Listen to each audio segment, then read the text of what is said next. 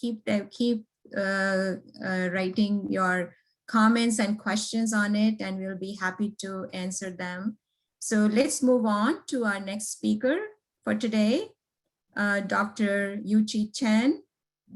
He's an associate professor of biology at Morgan State University. His team adopts interdisciplinary translational research approaches to study health outcomes and health disparities through understanding host responses, cellular and molecular regulations of viral diseases, including dengue, HIV, hepatitis C, and COVID-19. So today he's going to talk to us about hepatitis C in HIV-infected men, a health disparity perspective. Dr. Chen, take it away. Okay, thank you so much for the invitation and the opportunity.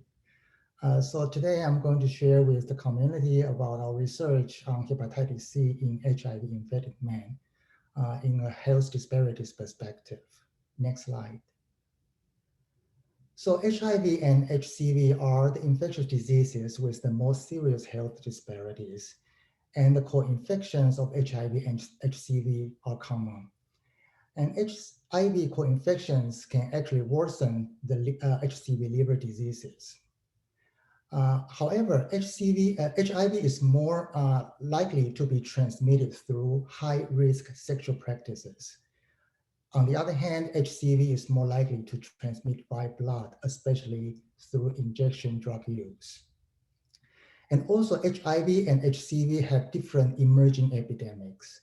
So for HIV, it is among the young Black men who have sex with men. That is the sexual transmission route.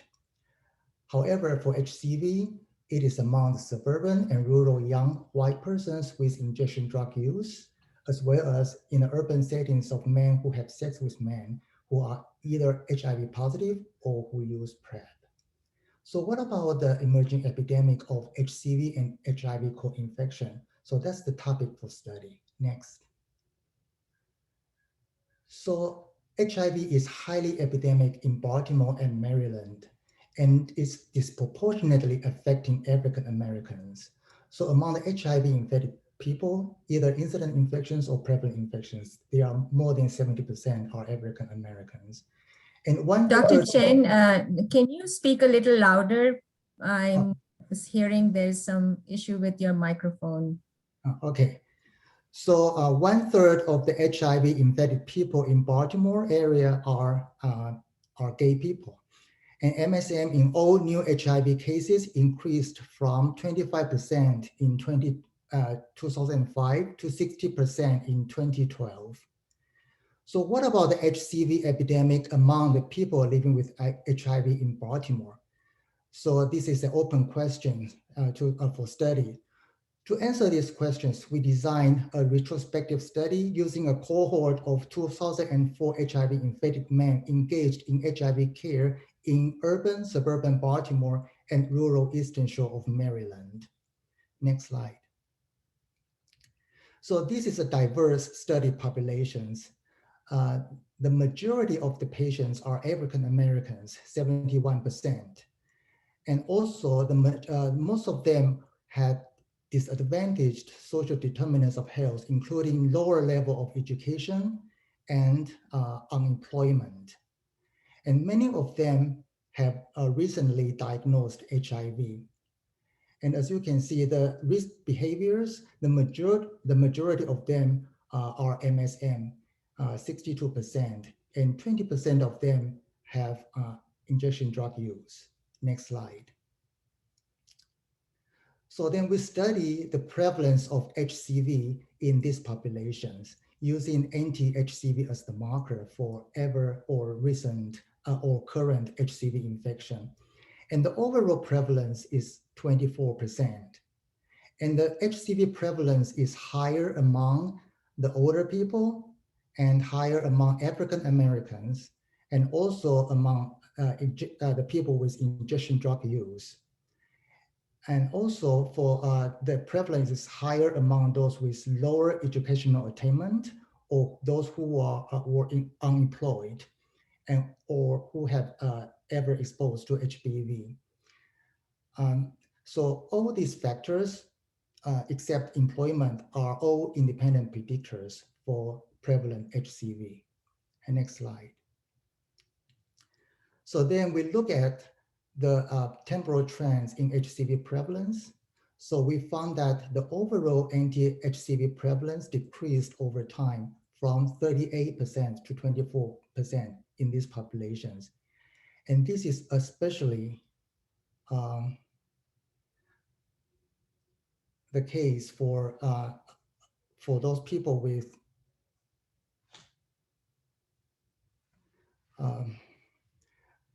among the older age.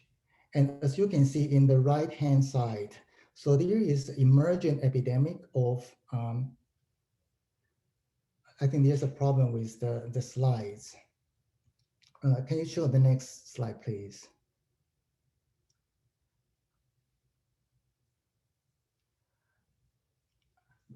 Okay, so can you go back to the previous slide? Sorry about the problem.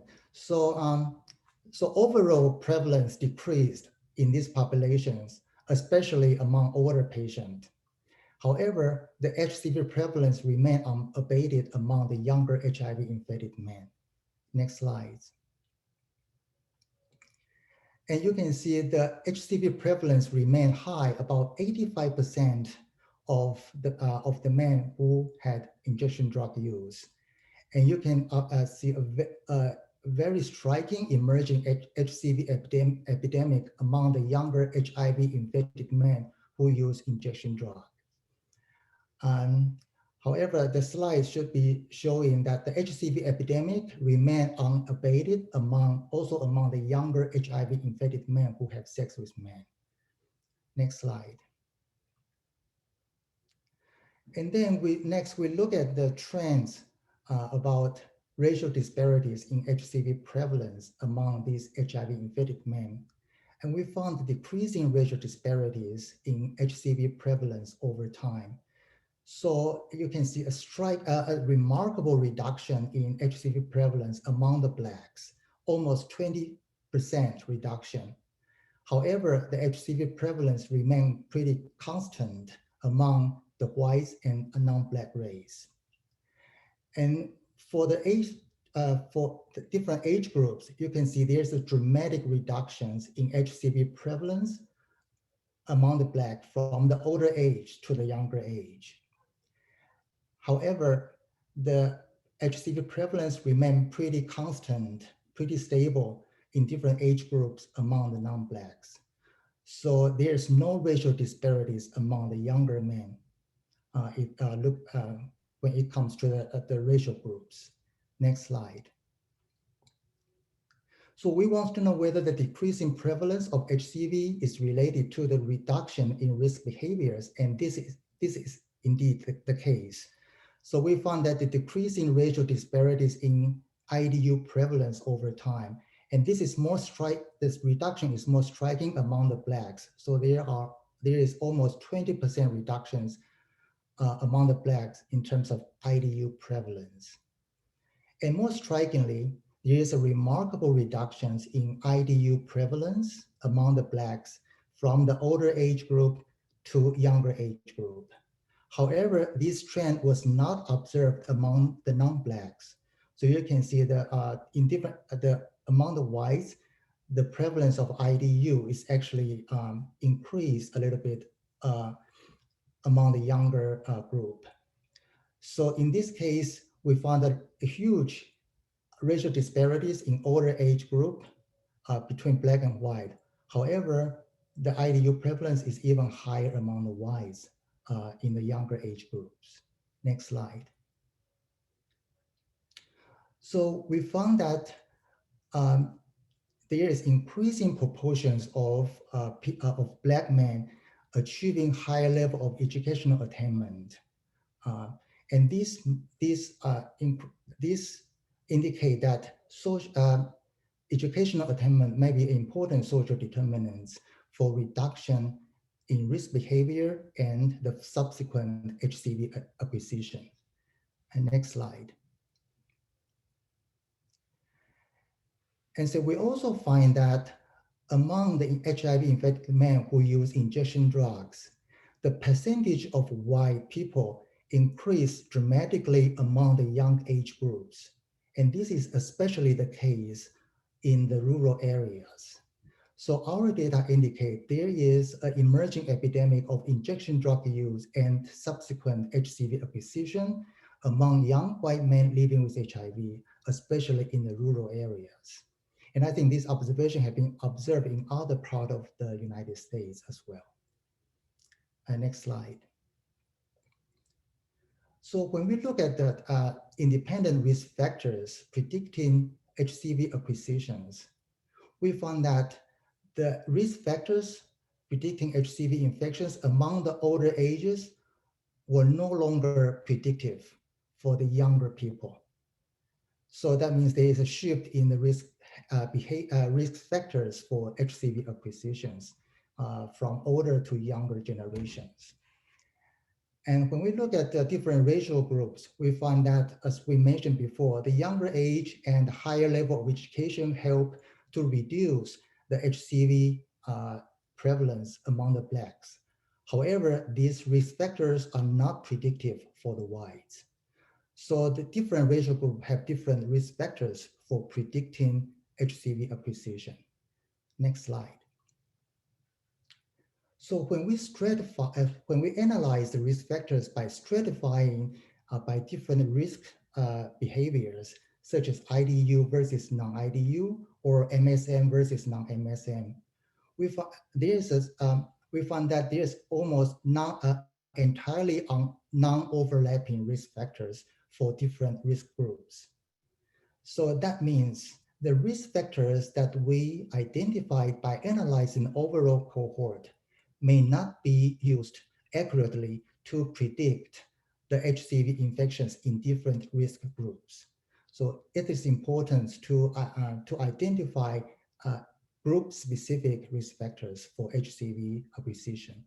Next slide. So what about HCV treatment initiations? So we found there is racial differences in interferon treatment initiation. So it is higher among the whites compared to the Black. However, this racial difference is no longer significant after controlling for other factors. Next slide. So it is interesting that among the patients entering care towards the end of interferon eras, we found that the higher educational attainment was the only independent determinant of HCV treatment initiation. So it will be interesting to determine whether or not educational attainment persists as an important social determinant for initiation of HCV DAA treatment in the following years. Next slide. And then we look at the new epidemic. We want to know what is going on with the new epidemic as indicated by incident HCV infections. So among these populations, we identified 42 incident infections, and the majority of them, 81%, were actually MSM without injection drug use. And you can see the incident rate is higher among the younger ones and non-Black, non-white race in urban settings, and among people using injection drug and also MSM. However, there's no racial differences in terms of incident HCV infections between white and Black. And next. And also we observed a resurgence of incident HCV among HIV-infected men. This is especially remarkable among HIV-infected MSM without IDU. So there's an increase of incident infections since 2011. And next slide. Then we want to determine what risk factors are associated with incident HCV among MSM who did not use injection drug use. So first, we found that incident HCV is more likely to occur among the MSM who had more than one type of allogenital sexually transmitted infections, especially those who had ulcerative allogenital STIs, including syphilis or herpes simplex virus. This indicates that these people have higher risk of sexual behaviors, are more likely to have incident HCV. Next slide. And we also found that incident HCV are more likely to occur among MSM who use methamphetamines, especially among those MSM who use more than one type of recreational drug. So that means poly-drug use is important factors for incident HCV acquisition. Next slide. And paradoxically, we found that among the MSM with the IDU, the higher level of education actually are predictive of incident HCV infection.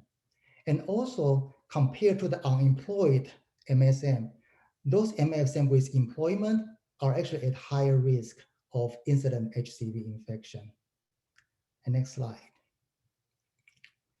So we run a Dr. Chen, can you please wrap it up? Okay, so we found that recently diagnosed HIV and also STIs and poly-drug use are risk factors, but also, next slide. So interestingly, as stated in the title of our publications, we found that favorable socioeconomic status and recreational poly-drug use are linked with sexual hepatitis C infection among HIV-infected men who have sex with men. Next slide.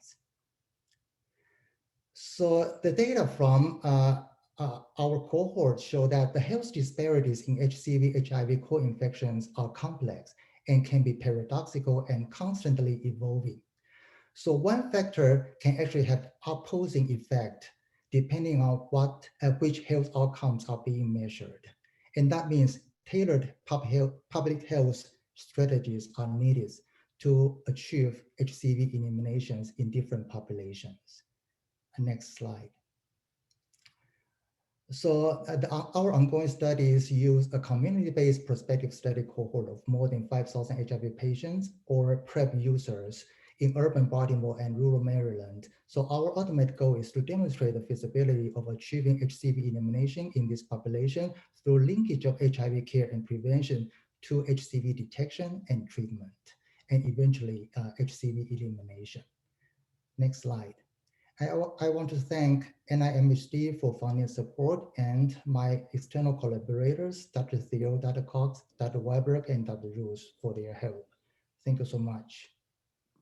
Thank you, Dr. Chen. And I think in the interest of time, I would suggest, Dr. Chen, there are a couple of questions for you on the chat box. You may want to